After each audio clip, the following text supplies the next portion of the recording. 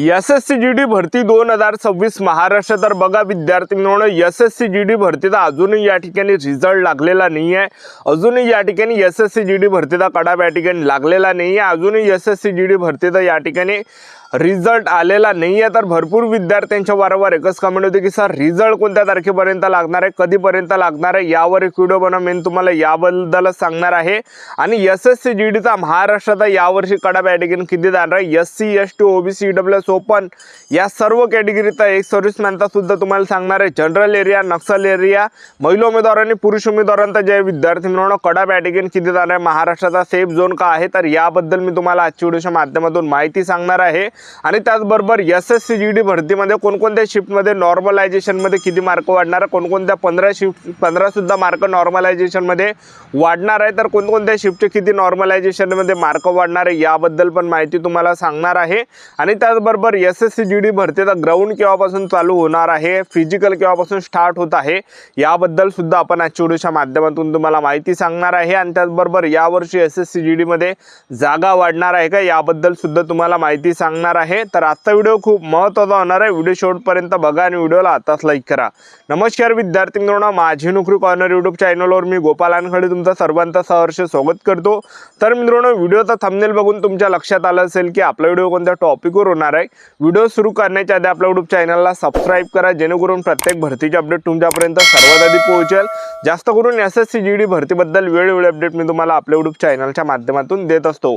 Video सुरू करण्याच्या अगोदर सर्वांना एक रिक्वेस्ट आहे, तुम्ही आपला व्हिडिओ कोणत्या जिल्ह्यातून पाहून राहिले नक्की कमेंट बॉक्समध्ये सांगा, जेणेकरून मला सुद्धा अंदाज लागणार आहे की आपला व्हिडिओ कोणकोणत्या जिल्ह्यापर्यंत पोहोचू राहिला। आणि तुम्हाला या ठिकाणी पेपरमध्ये किती मार्क पडले हे सुद्धा कमेंट बॉक्समध्ये सांगा, जेणेकरून एक अंदाज लागणार आहे रेशो आपल्याला या ठिकाणी भेटणार आहे कितीच्या रेशोमध्ये विद्यार्थ्यांना मार्क या ठिकाणी जीडीमध्ये पडलेले आहे, एक लक्षात ठेवा, ठीक आहे।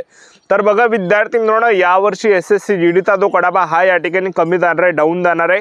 त्याचे जे कारण आहे, तर यावर्षी जे विद्यार्थी मित्रांनो जागा या ठिकाणी वाढणार आहे, जवळपास 25,000 प्लस जागा यावर्षी वाढणार आहे। सध्याच्या कंडिशनला जी एसएससी जीडीची जी भरती आहे 25,000 जागांसाठी ही भरती चालू आहे, तर यामध्ये जे 50,000 प्लस जागा यामध्ये वाढणार आहे, एक लक्षात ठेवा। आणि दुसरी गोष्ट जे एसएससी जीडीचा जो पेपर आहे महाराष्ट्रामध्ये जर आपण या ठिकाणी पाहिलं तर महाराष्ट्रातल्या विद्यार्थ्यांच्या जे विद्यार्थी मित्रांनो सरासरी मार्क या ठिकाणी घसरलेले, एक लक्षात ठेवा। विद्यार्थ्यांना जे मार्क आहे हे कमी या ठिकाणी पडलेले आहे। एसएससी जीडीचा जो पेपर होता ह्या वर्षी जे विद्यार्थी मित्रांनो टफ होता, एक लक्षात ठेवा, म्हणजे हार्ड होता, म्हणजे सिलेबसच चेंज त्यांनी करून दिला, एक लक्षात ठेवा, म्हणजे सर्व काही सिलेबसच्या बाहेर तर जे पेपरला आलं होतं, एक लक्षात ठेवा। प्रिव्हियस इयर काही जास्त आलं नाही, एक लक्षात ठेवा, प्रिव्हियस इयर जास्त आलं नव्हतं, एक लक्षात ठेवा।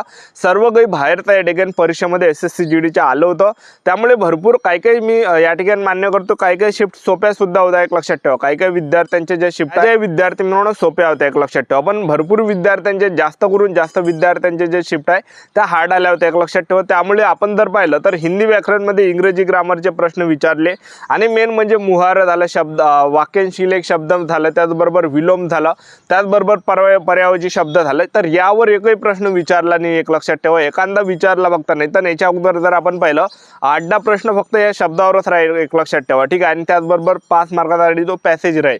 तर अशा प्रकारे जर आपण पाहिलं तर परीक्षामध्ये पेपर जे विद्यार्थी मित्रांनो हार्ड आले, एक लक्षात ठेवा। भरपूर विद्यार्थ्यांना जे मार्क आहे हे कमी या ठिकाणी पडलेले, एक लक्षात ठेवा। त्यामुळे एसएससी जीडीचा जो कडापा आहे महाराष्ट्राचा या ठिकाणी घसरणार आहे, कमी जाणार आहे।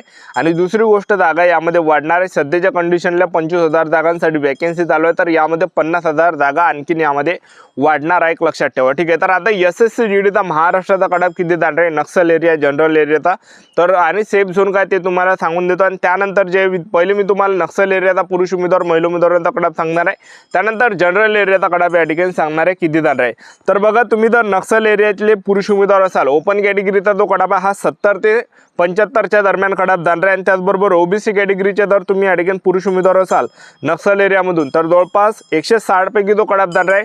ओबीसी कॅटेगरीच्या पुरुष उमेदवारांचा हा जे विद्यार्थी मित्रांनो 68 ते 73च्या दरम्यान कडाप जाणार आहे, एवढा काही सेफ झोन आहे। आणि ईडब्ल्यूएस कॅटेगरीचे जर तुम्ही पुरुष उमेदवार असाल नक्सल एरियामधून तर 65 ते 70च्या दरम्यान कडाप जाणार आहे। त्याचबरोबर एससी कॅटेगरीचे पुरुष उमेदवार असाल नक्सल एरियामधून एससी कॅटेगरीचा 72 ते 77च्या दरम्यान कडाप जाणार आहे। आणि एसटी कॅटेगरीचे पुरुष उमेदवार जर तुम्ही असाल नक्सल एरियामधून 65 ते 70च्या दरम्यान कडाप जाणार आहे, एवढा काही सेफ झोन आहे।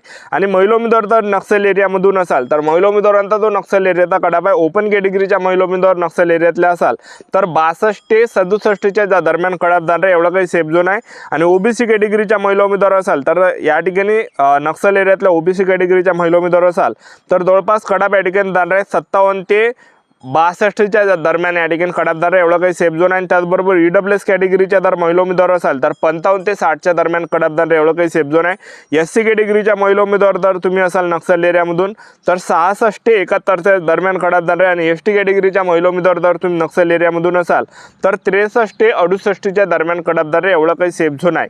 आता जनरल एरियाचा कडाप किती जाणार आहे तर बघा विद्यार्थी मित्रांनो, पहिले महिला उमेदवारांचा जनरल एरियाचा कडाप तुम्हाला सांगून देतो।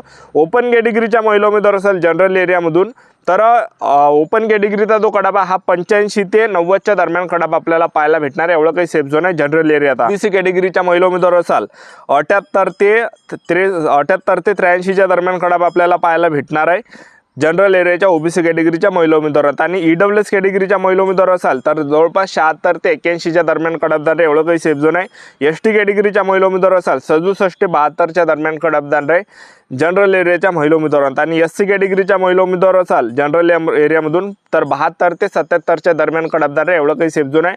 आता जनरल एरियाचा पुरुष उमेदवारांचा कडाप किती जाणार आहे तर समजा जनरल एरियामधून ओपन कॅटेगरीचे जर तुम्ही पुरुष उमेदवार असाल 90 ते 95च्या दरम्यान कडाप जाणार आहे। ओबीसी कॅटेगरीचे जर तुम्ही पुरुष उमेदवार असाल जनरलमधून 85 ते 90च्या दरम्यान कडाप जाणार आहे। ईडब्ल्यूएस कॅटेगरीचे जर तुम्ही पुरुष उमेदवार असाल जनरल एरियामधून 83 ते 88च्या दरम्यान कडाप जाणार आहे। एससी कॅटेगरीचे जर तुम्ही पुरुष उमेदवार असाल जनरल एरियामधून 80 ते 85च्या दरम्यान कडाप जाणार आहे। एसटी कॅटेगरीचे पुरुष उमेदवार जर तुम्ही असाल जनरल एरियामधून 77 ते 82च्या दरम्यान कडाप जाणार आहे एवढा काही सेफ झोन आहे। लक्षात ठेवा एवढा काही कडाप जाणार आहे एवढा काही सेफ झोन आहे। आणि तुम्ही जर माजी सैनिक असाल तर 40-50 जरी मार्क असेल तर फायनल सिलेक्शन आपल्या या ठिकाणी होऊन जाणार। माजी सैनिकांचा जो कडाप हा खूप डाऊन जातो, लय कमी जाते।